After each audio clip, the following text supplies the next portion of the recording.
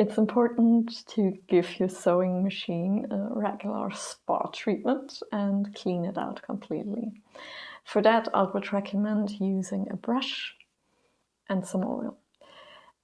Definitely before oiling your machine, check your machine manuals if it needs oil, because some modern machines don't need oil anymore, but mine is still a mechanic one which needs oil.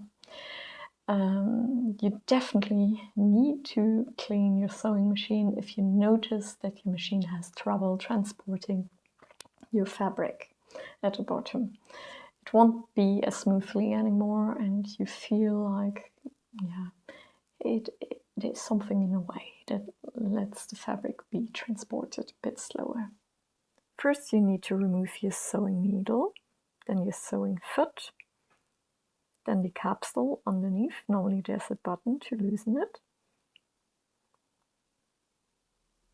Then the metal platter. For that you need to lower your sewing foot, and then you can slide it out. Now you can start cleaning. Be sure to remove any dust that is in there. Can be quite a lot, depending on when you last cleaned out your sewing machine.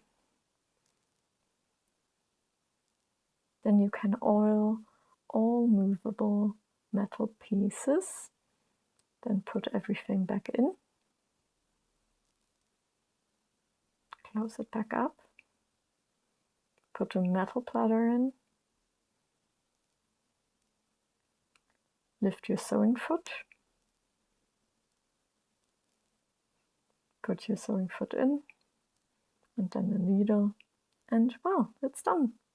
And now your sewing machine has been cleaned.